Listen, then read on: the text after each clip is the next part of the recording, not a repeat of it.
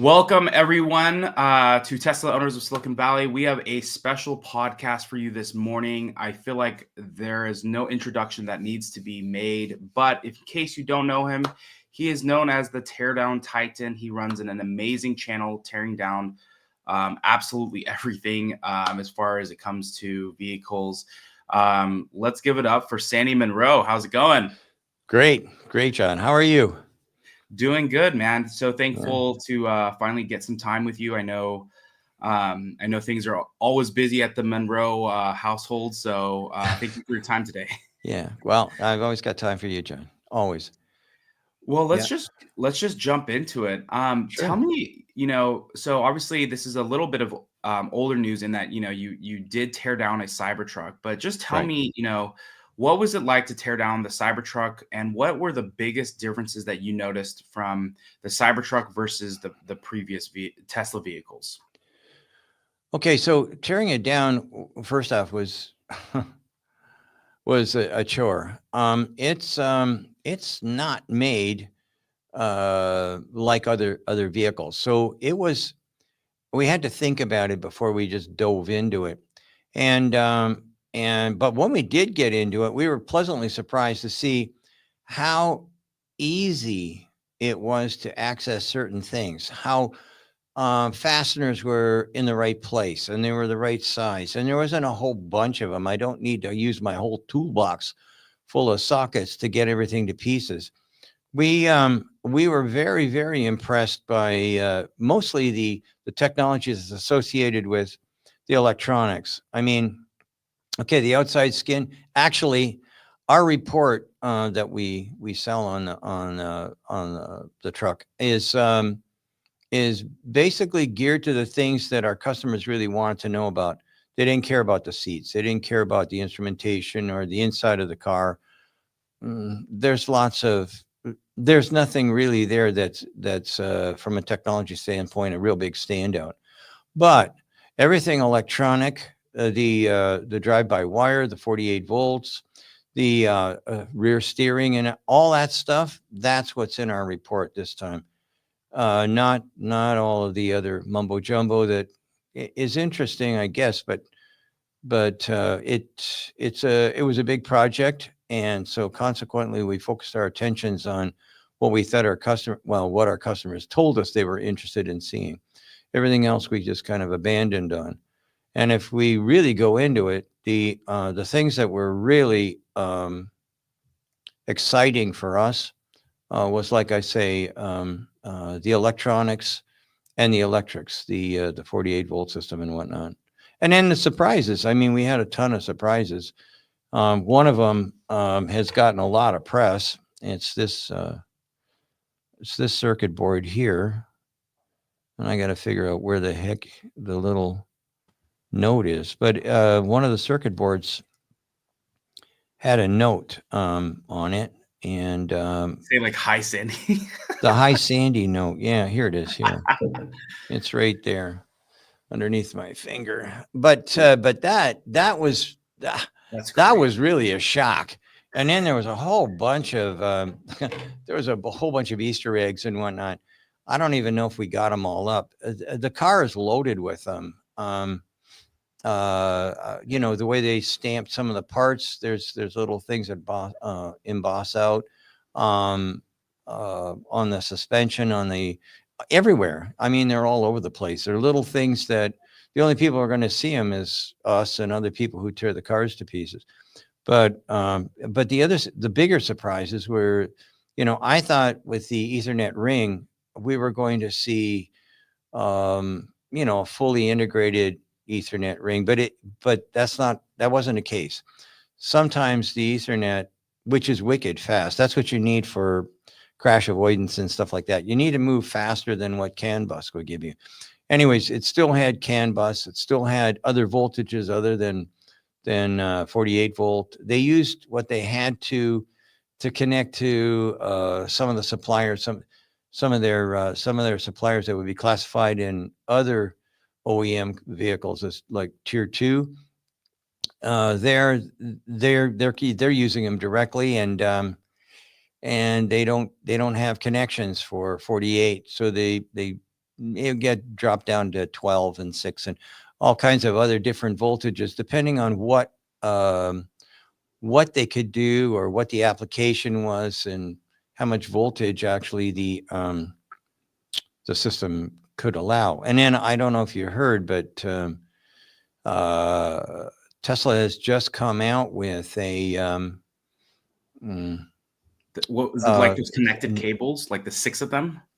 Is that what we're talking about? No, we're talking about any connection, really. Some of them are big and some of them are small, but at the end of the day, everything that has to move, you need to give it a power and you need to tell it when it moves. So you got communication and power. And when you click those in at 48 volts, you need a slightly bigger, like your wires are smaller because voltage is what pushes the electrons along. So the wires are smaller in diameter by about a half. But they arc because they've got more voltage. They have more energy to do stuff like that. So the cables are smaller, but sometimes the connectors are a little bit bigger. And Tesla figured out all kinds of clever ways of getting around it. But sometimes you buy a component like a window regulator, and that window regulator comes in 12 volts, and that's it. You can't buy it any other way. And Elon is, I don't think Tesla's ever going to go into vertical integration to that level. So they had to go from 48, step down to 12 so that they could operate the things that are off the shelf. So that was kind of a surprise. Yeah. We figured they might be doing that, but that was kind of a surprise. A little bit here and there. Yeah. Yeah. What would you say? Was there anything on the exoskeleton side that was a lot different than some of the other vehicles that you've torn down for Tesla specifically? Like when you think of safety and how safe this vehicle will be, along with, what is on the exoskeleton, was there any big differences there? Well, the exoskeleton actually is a kind of a misnomer. It does have some structural capabilities with the stainless steel skins, but that would not be what I would classify as an exoskeleton. Internally, that thing is like a tank. I mean, from a safety standpoint, the what we would call a B pillar, but actually looks more like a roll cage. That's the thing that's in back of, that's what your your front door would lock into, and your rear door would be hinged to. The B pillar is really quite strong. Actually, everything's quite strong. It is definitely made to be a truck, and it's definitely an off-roading truck.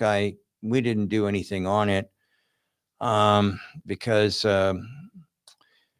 well, a lot of different reasons, but for the most part, it's my daily drive, and I wanted to make sure that I didn't crush it. So this year I'll get a chance to really do stuff because, excuse me, I still got a cold, unfortunately. But anyways, snow is a little more forgiving than rocks and mud, and trees. So I'm gonna probably play with it in the wintertime a little bit, and we'll get that on film so people can see it. But I have absolutely no problem with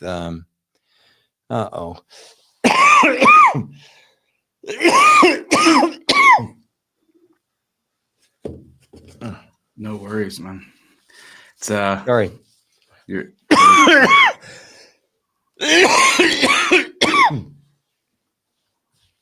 Yeah, I should have warned you. I still have this nasty, stupid cold. All good. But anyway, let's go back to where I was. So anyway, yeah, snow is a little more forgiving than rocks and trees and stuff like that. So I'm going to play with it in the snow a little bit, and we'll take it. There's a bunch of off-road trails here that I think would be just brilliant to take it around. I haven't really done anything like that. I've seen other people, spinning around on sand, and other people doing their utmost to break the thing. But I'm talking to people who would be kind of like off-roaders, serious off-roaders, people who, own their vehicle and aren't billionaires and like to go off-road, but don't like to do stupid shit that would break the car. So that's, but I will tell you, the thing is really well built, and it's very utilitarian. I I still, people say, well, when are you going to get off that? But I still like the F-150. I think that is the best work truck ever. It can do stuff that this one really isn't suited for. But for me, oh, and by the way, I'm going hunting with this thing in 3 days. I got a top. I don't want to mention the name yet because first I want to put it on and make sure that it actually does what it says it's going to do. But if it does, then I'm going to be sleeping in that, and it supposedly snaps to the back end of the vehicle. You just take the cover caps off and click, click, click. And then there's a tent that goes over the top of it that's made out of carbon fiber. So I'm going to get really excited about that. And that's what I really want. I want a truck that's going to be for the hunting and doing stuff off road. And every once in a while, when I used to do this all the time with my old Jeep, but I can't do it anymore. We don't have the Rivian anymore, and my wife doesn't like it when I take off and don't come back for a few days. So.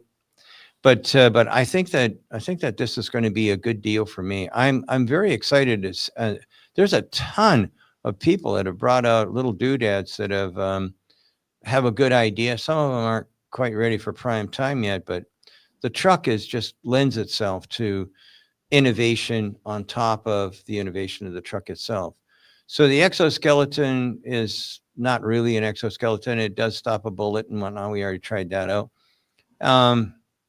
And I should mention the only thing that I didn't like about stopping bullets was the wheels. So myself and Armin, one of the guys that works here, he and I have a little side business. Anyway, we're making wheels, and so now what I've got is a wheel that if somebody takes a pot shot and hits me in the wheel, it's not going to wreck my brakes. I already tried it. I basically put 9 shots. I put 10 shots in. One shot was in the same place. So I wanted to see if I could shoot through it. And you can, if you fire your 9mm 2 times in exactly the same spot. Yeah. So, and these were jacketed bullets and everything else. So they should have cut through there like a knife through, like a hot knife through butter, but they didn't. They just bounced off. Yeah. So I like the look, but it is a look. It's not really it's not a real exoskeleton. The real skeleton is inside. That framework is rock solid. Rock solid. What would you say, as far as, the other things like the powertrain and the battery, what were your thoughts on that versus the other Tesla vehicles you had torn down? Well, the motors are almost identical. We've seen everything that they've done with the motors. The motors are the second best motors on the planet. The best one is actually in Lucid. I like that woven motor because it's lighter and it gives me a little more efficiency and whatnot. Apart from that, though, everything else is just kind of like the same. The inverters look pretty much identical. There were some small changes with chips and whatnot that, it's kind of like over my head. But at the end of the day, the motor part, excellent. The batteries are less expensive. The way that they've done the 4680s on this vehicle are less expensive a little bit. And I can tell you right now that battery pack can compete. It isn't as cheap, or let me rephrase that. It isn't as inexpensive as the BYD um, lithium iron phosphate. But at the end of the day, these ones here are only slightly more expensive and well under the $100 per kilowatt hour. That's kind of like what you look at for equivalency. $100 equals a V6. So Yeah. What would you say, so like I think there's been news recently like Ford is shutting off all their production on the Lightning. yeah, But you said a little bit about how the Ford Lightning is a great work truck. You would probably maybe even prefer that yeah. one. But with all of these other companies, potentially pulling back on electric vehicle trucks, like Yeah. what would you say is like potentially where is the Cybertruck primed for this really the next couple of years?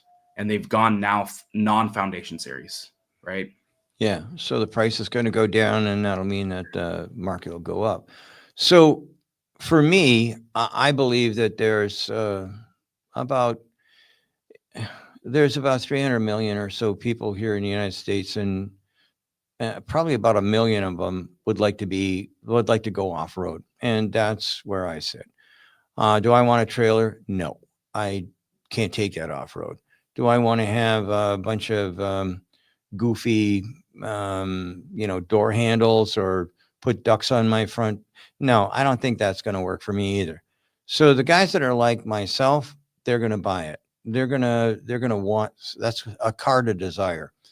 The price was a little stiff, but I believe that now that it's on a foundation series and the price goes down, then the interest will go up and people will start scratching around.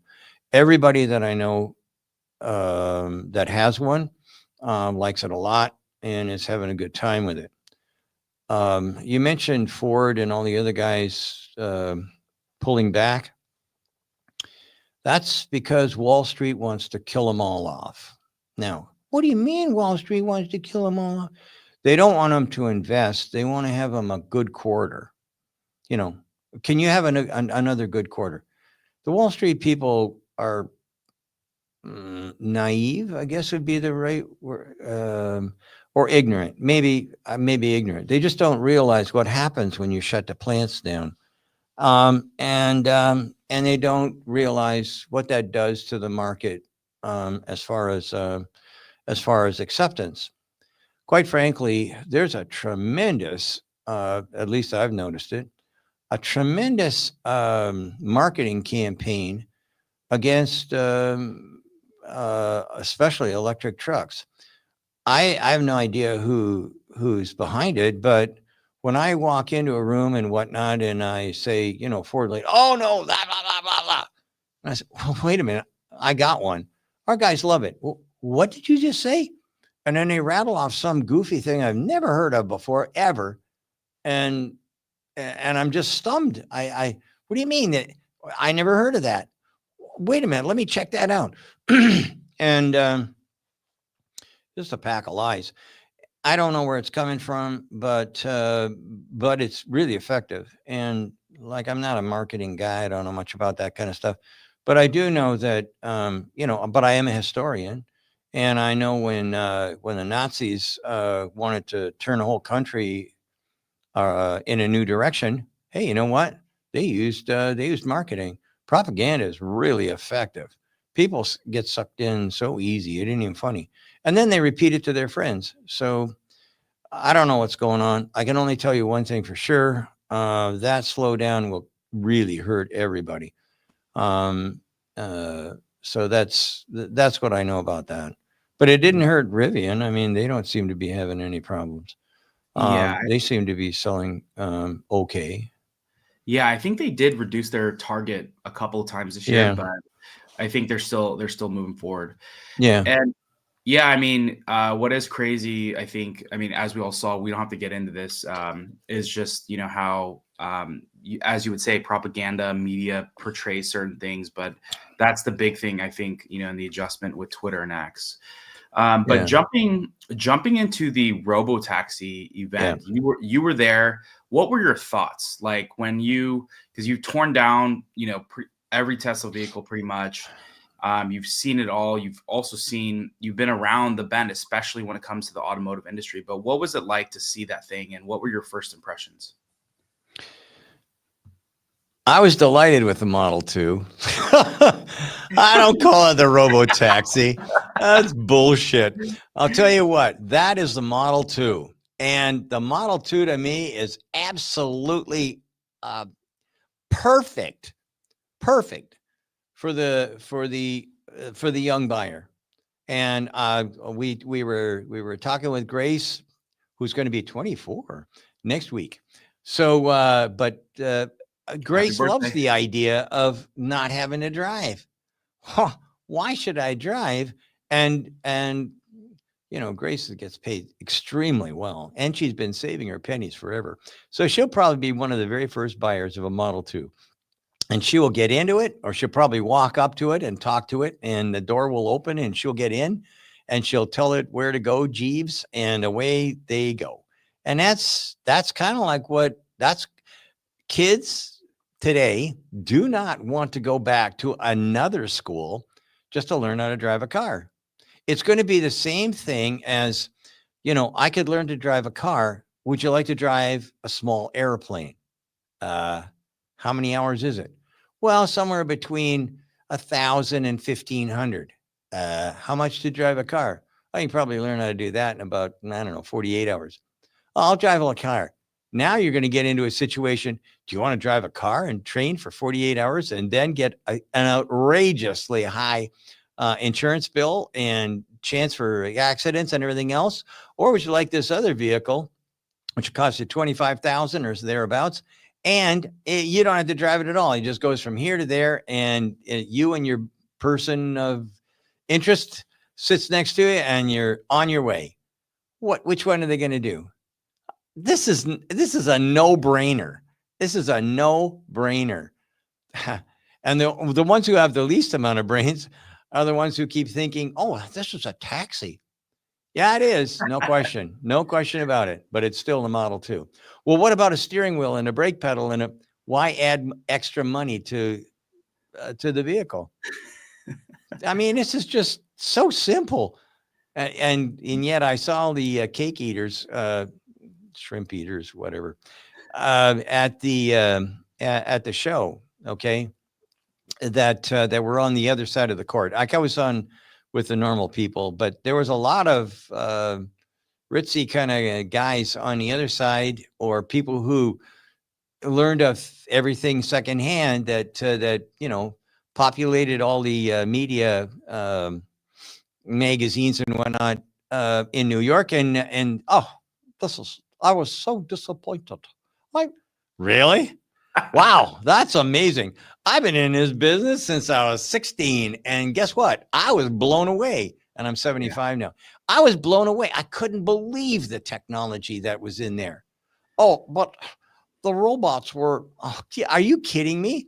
I worked on a Unimate, the very first robot that ever got into an assembly line. These things are brilliant. I'm surprised it took us so long to get to them, but these were everything I saw.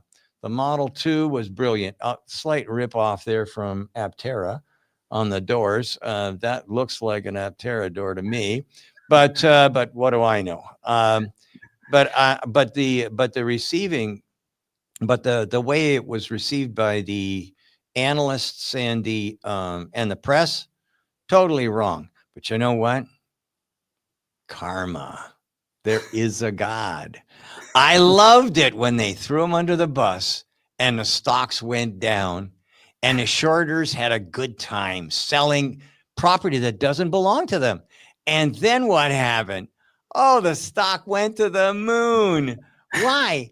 Oh, because Tesla went and made a whole bunch more money than everybody anticipated. Well, how did that happen? Are you? I mean, I love Elon Musk because he's so damn smart. And the way he played these fools, I mean, it's just like fishing. These guys hook, line, and sinker. And I loved every second. I hope they lost their ass. And that's just, just me being vindictive. I'm not allowed to buy that stock because, oh, well, if you say good things about a stock, then you're going to go to jail. But if you say bad things and you cause the stock to fail, oh, that's okay. That's okay. Yeah. At the end of the day, I was happy to see that, but I was blown away by the Model 2. I was also really impressed with the robots, but I love that. I love the Rabovon. How does he say it? Rabon? Roboven. Rabovin. There you are. Yeah. Rabovin. Yeah. Put the syllable in a different spot. But at the end of the day, the Rabovin, to me, oh my God, I love Art Deco. I love the Art Deco. To me, is the way modern should look. You know, we don't have we had mid-century we had the Deco and then mid-century modern, and I don't know what we got now. It's kind of like it's a blur, but there was no blurring with what the future is going to look like when you talk to people who were into the Art Deco kind of thing. And I just absolutely thought that was brilliant. And then my favorite fool. Well, the thing is so low. Oh, you couldn't possibly drive that around. Where are the so wheels? low to the ground. Where are the wheels? You idiot. Where have these people been? These are people who write about cars, don't own a car, can't drive, never did drive. But I'm telling you what, when you see this kind of stuff, and hey, just out of curiosity, have you ever heard of air suspension? Believe it or not, and the car goes up, and then if you want, and the car goes down, so people can get in and out. So you can put in wheelchairs easier. Oh, so when it's deep snow, it goes up. When it's deep water, it goes up. When it doesn't need to, it goes down. Oh my gosh. What will they think of next? Citroen had that in the 40s. I mean, at the end of the day, there's just so many people that make so much noise that is so bloody wrong. And again, I go back to the media. They're the worst enemy of electrification in any way. So it doesn't matter whether they're talking about a kitchen stove or a Robovin. Yeah. Yeah. What did you think of the new charging structure that is potentially going to come, right? With the fact that you can charge now over a pad, and especially with something as like a Robotaxi, you're going to need something that's like, already hooked up to a system. But can you imagine like the supercharger? Just imagine these pads go down. They're already hooked up to the charging, and you're dealing with a lot less battery size. Yeah. So what did you think of that when they showcased the Robotaxi essentially just backing in over a pad? Yeah, and quite frankly, that's a good idea. Induction charging is what that's called, and I like it. I use it for my cell phone. I'd like to have it in my garage rather than pick up a cable. However, it does take a little bit longer, and it creates heat, among other things. But at the end of the day, it's a great way to charge a vehicle. Now, I don't know whether it's gotten canceled or not, but Ford is trying to figure out how to put a charging system similar to that on every street. So they're working on something like that. I think that's brilliant. At least they're taking the lead on something, and I think that especially in stop and go traffic, you pull in and you suck up whatever electricity you need off of the induction charger, and that sounds like a smart idea. It's not like, and this has happened to me in California on my favorite road on the planet, the Ventura Highway. If you don't want to go anywhere for the next 5 hours, just pull on and watch the world go by, but you'll be in the same damn spot. 5 hours trying to get to LAX. What a disaster. Uh, I've never experienced anything like that anywhere else on the planet. yeah. And I missed my airplane. I gave myself 6 hours and I missed the airplane. It took me 5 hours to Oh get my. to LAX. And by the time I was there, the guy ran out of gas and had to pump. I mean, at the end of the day, it was a nasty experience. I can't imagine who in the world. Hey, I got an idea. Let's put a great big giant community over here and then another big giant community over here. And let's put this like minuscule path between them and let's make it curvy so that, couldn't believe. Anyhow, that's just me. Yeah. I'm old and a complainer now. So, Yeah. but I think that induction charging is the way I'd like to have it in my garage. I think it'd be brilliant to have. In fact, I sketched something up. Somebody was asking me, what would you do if you retired or whatever? And I said, well, I'd probably do something else, but it wouldn't be like gardening or throwing sticks for a dog to catch. That wouldn't do it for me. So they said, well, what I'd like to do is I'd like to turn a Tesla Start charging station into like a drive-in in the olden days, make it round. And, the canopy would go out over the cars that are sitting in there having lunch or whatever. And still you could go inside or whatever. And I think that all of these kinds of features that came from the 50s or 60s or whenever it was, they got forgotten. I think they could be renewed, especially if I had induction charging. So you drive in and now it's a destination. It's not a gas station is an annoyance. This would be you pull in, you charge, or maybe somebody comes out with roller skates and gives you your dinner or whatever. That's what I'm kind of thinking might be a nice deal. And and I'd make it round. Get enough cars in there. I think it'd be a kind of a cool destination. And I would definitely use induction. I would never use a cable. Cables, my wife absolutely hates them. And actually, most women would rather not pick up a cable. I mean, I watched my wife wiping it down with a antiseptic cloth or whatever. But anyway, this, you go and do whatever you want to do and gone. Yeah. But it is slower. It's less efficient because there's a gap. Yeah. What would you say too? Like, so you saw that, you went for the ride, obviously. And what was, I think even people, of course, you probably got this question too. Matt's asking, do you think that there was any room for temporary pedals or even a steering wheel? But what were kind of like your impressions of just the interior? And then do you even think that there was going to be room for pedals in the steering wheel?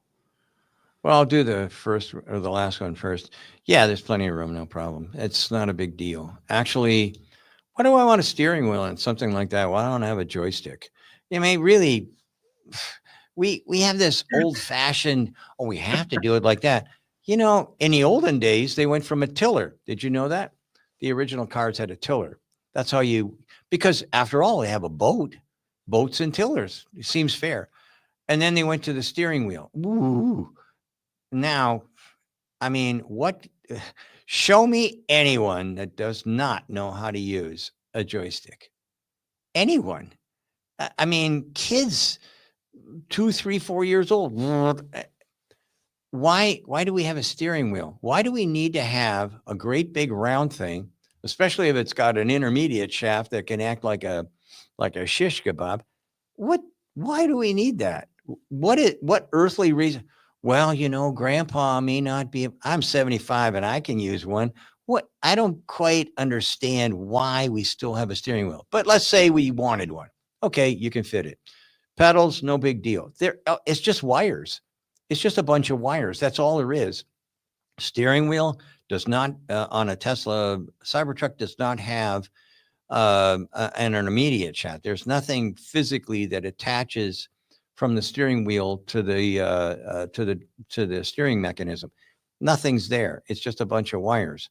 Your pedals. Why do I need a mechanical interface? There's no reason. It's not like I've got to have linkage to my throttle body. There is no throttle body.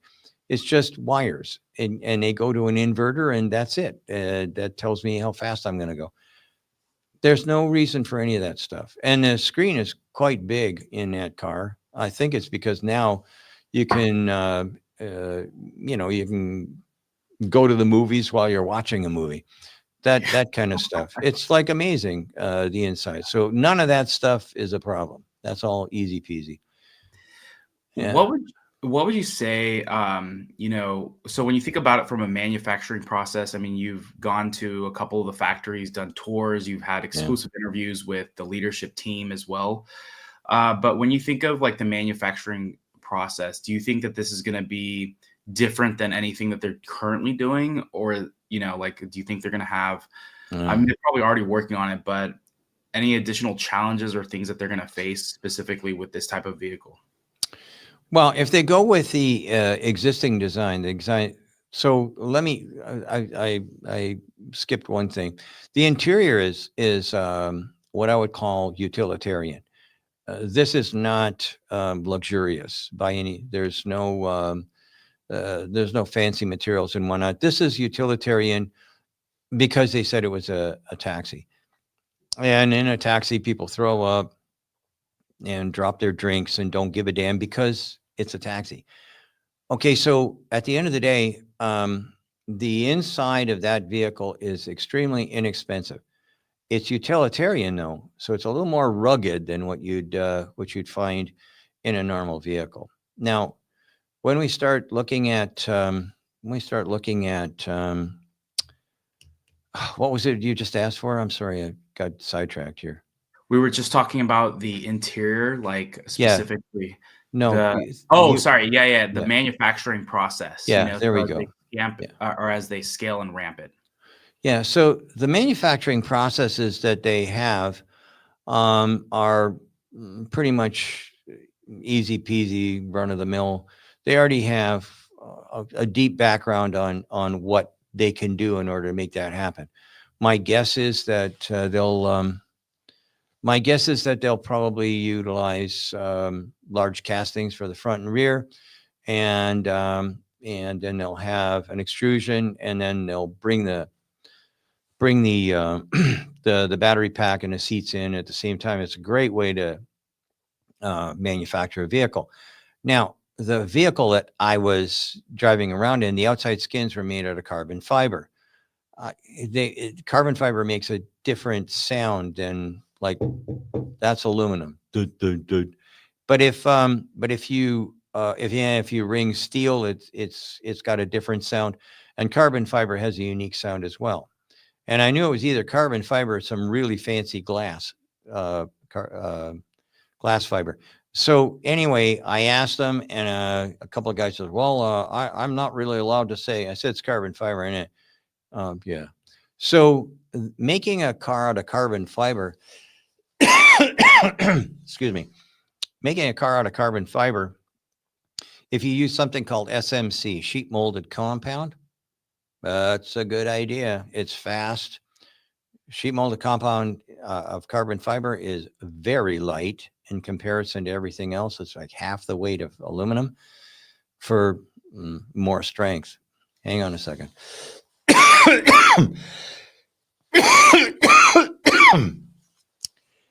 I hate getting a cold. And this is getting worse. So anyways, carbon fiber, if they make it out of that, number one, it's revolutionary. The only other car that I know of that's going to be coming into the marketplace that's going to be affordable is, again, from Aptera. And I'd want to have the lightest doors possible, because that thing's sitting on basically a single hinge. That's big stuff. With a very short hinge like that, you don't want to pick up any more weight than you absolutely have to. So I'm I'm thinking that the carbon fiber will be a big shock to the rest of the automotive world. And then they'll do what they did with castings. They'll put their crack team on it. They'll come back. The crack team will come back.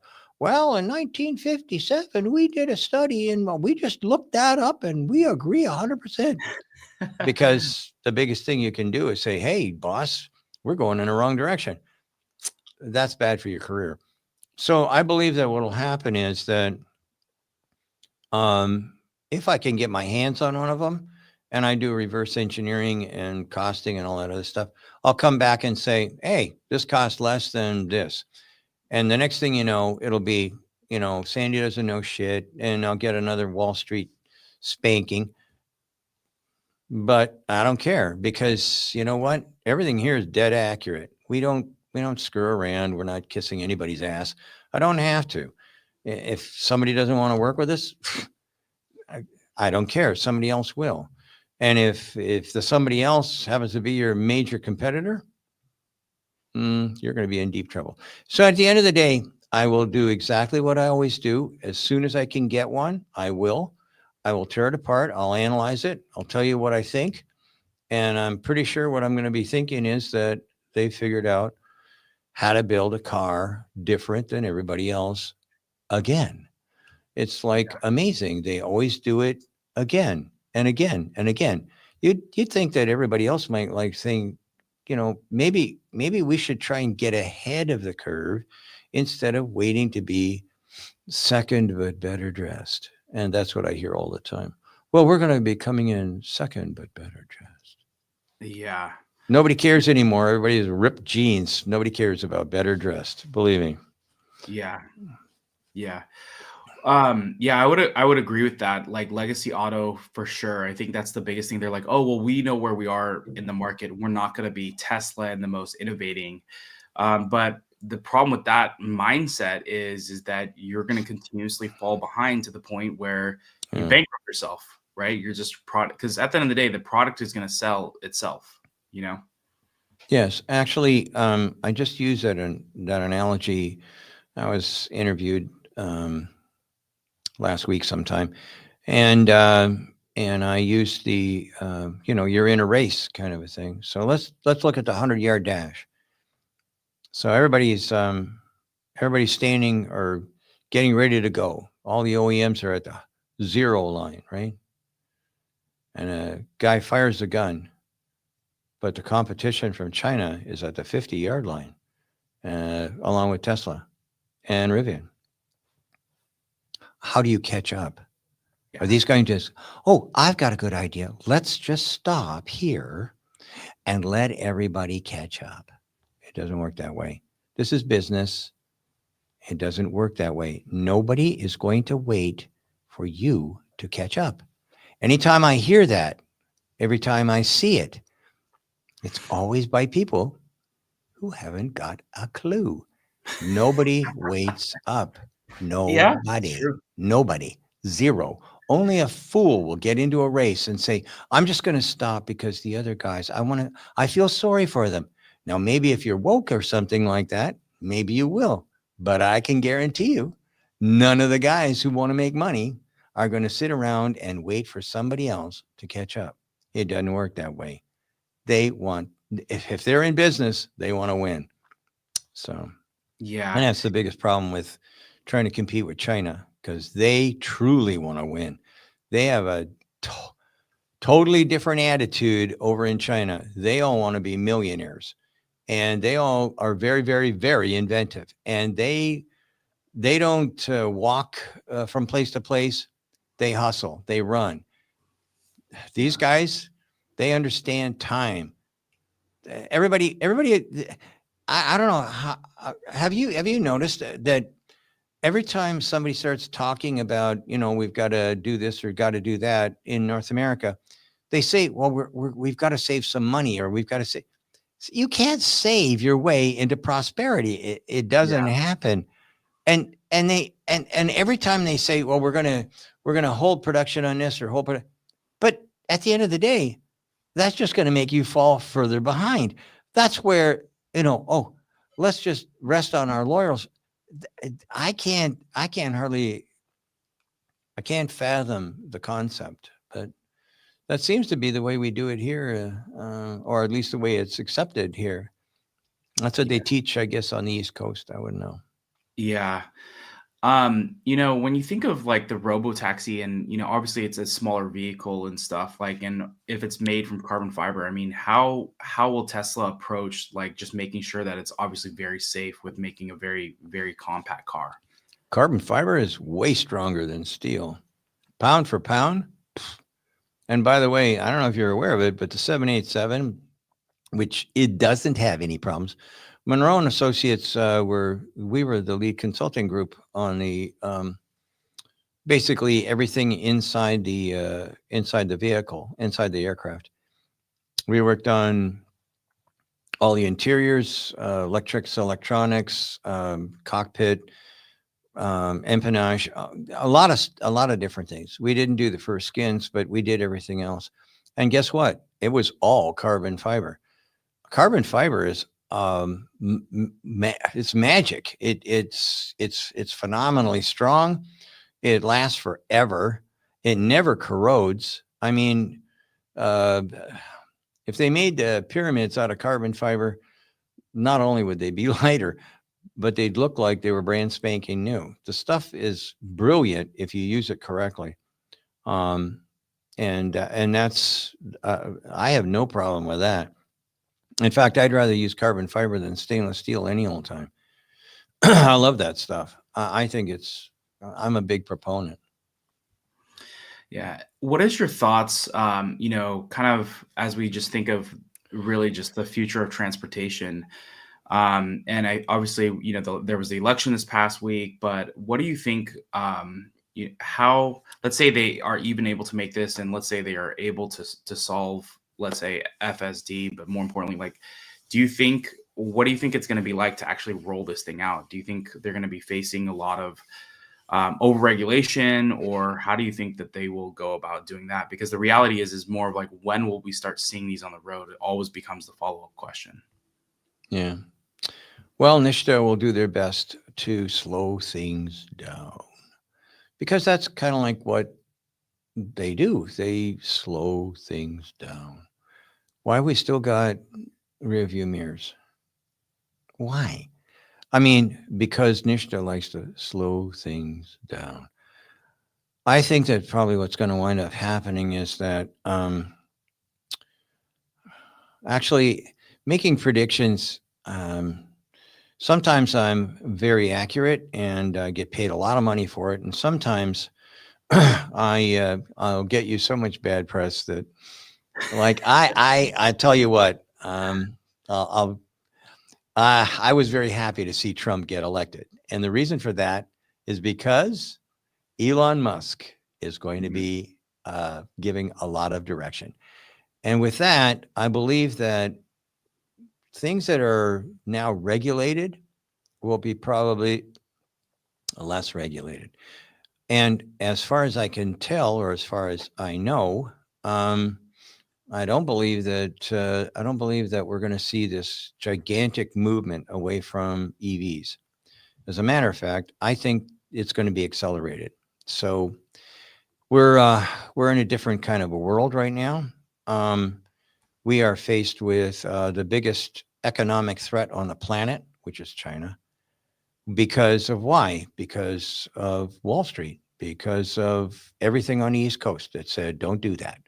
No, we don't want to do that. And regulations. Oh, we can't dig for lithium here, even though there's a ton of it.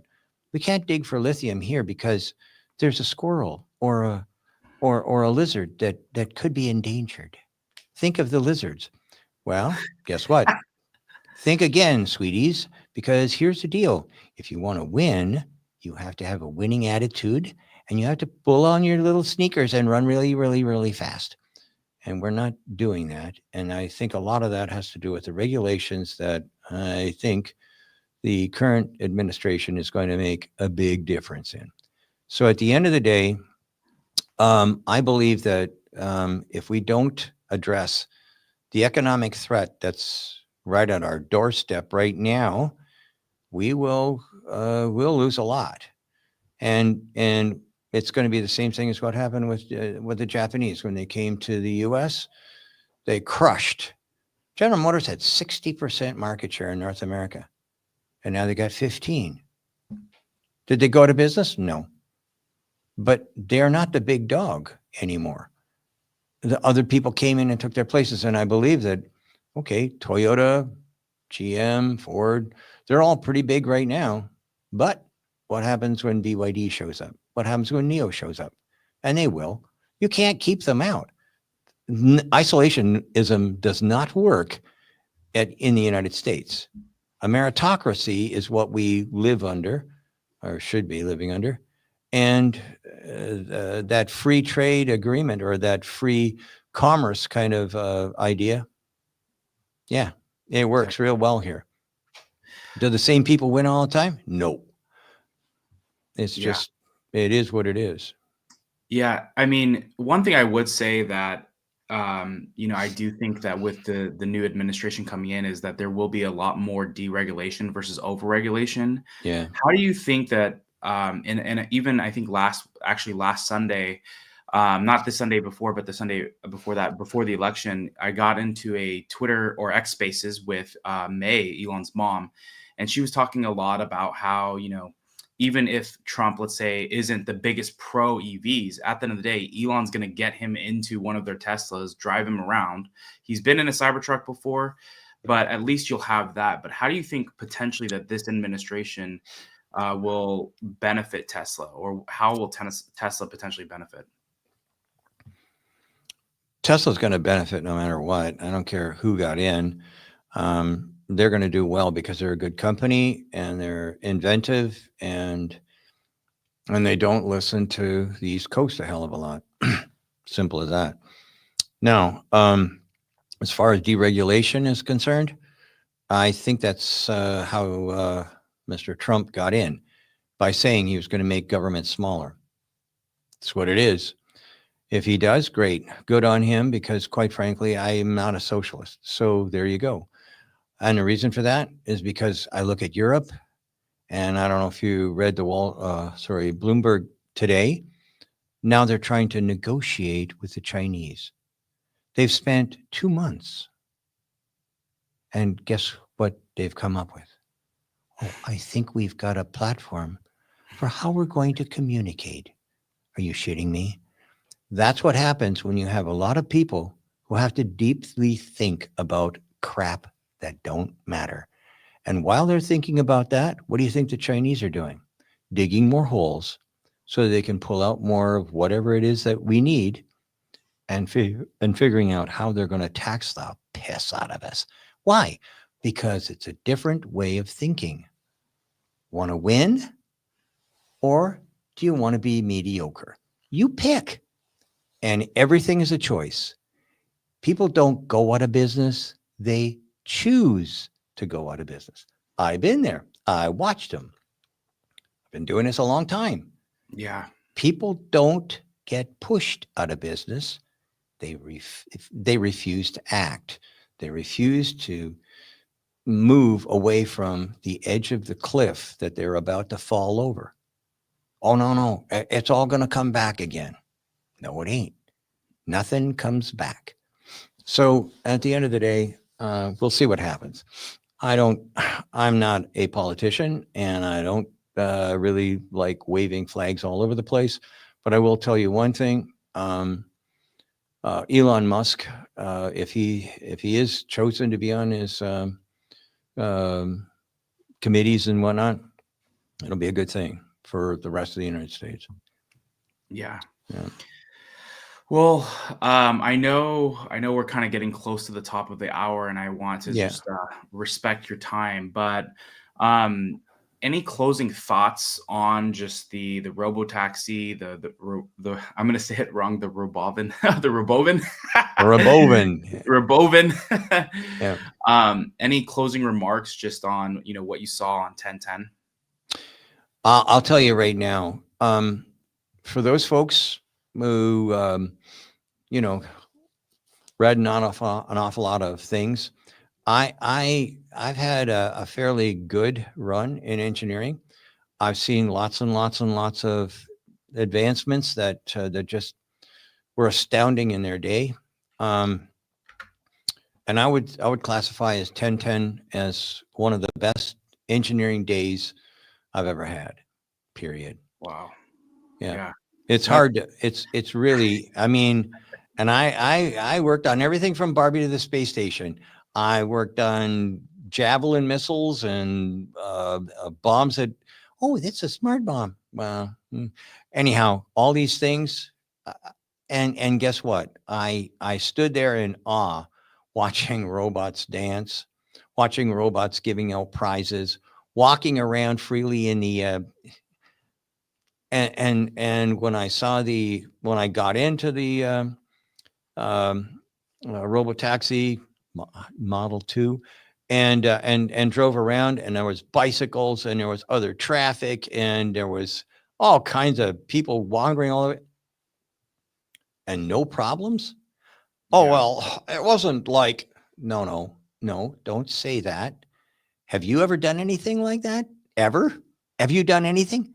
Well, I made a birdhouse once. That's probably it. So I think that what we saw on 1010 was the future.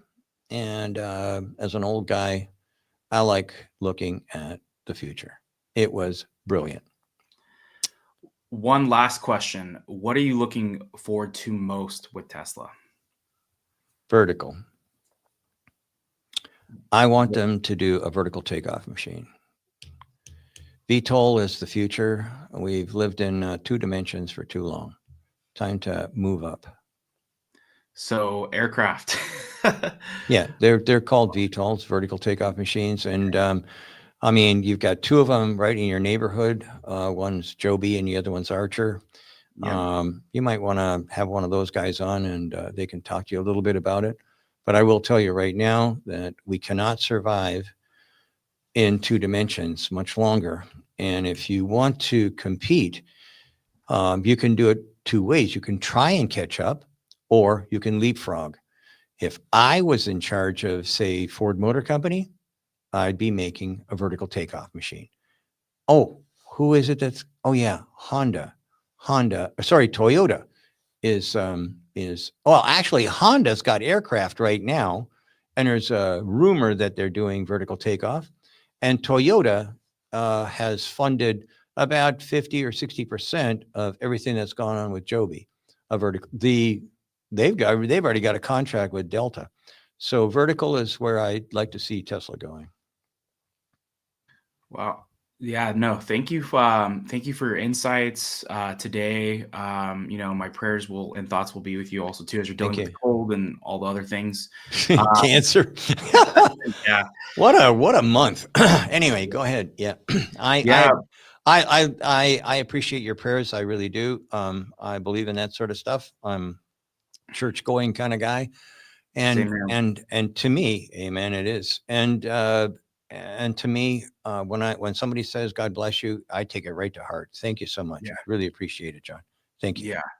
Well, thanks again for dropping the knowledge. Obviously, Sandy Munro, you probably are already following him and his many teardowns, but he's tagged on X and also the YouTube channel as well. So make sure you give him a follow for all of his latest videos.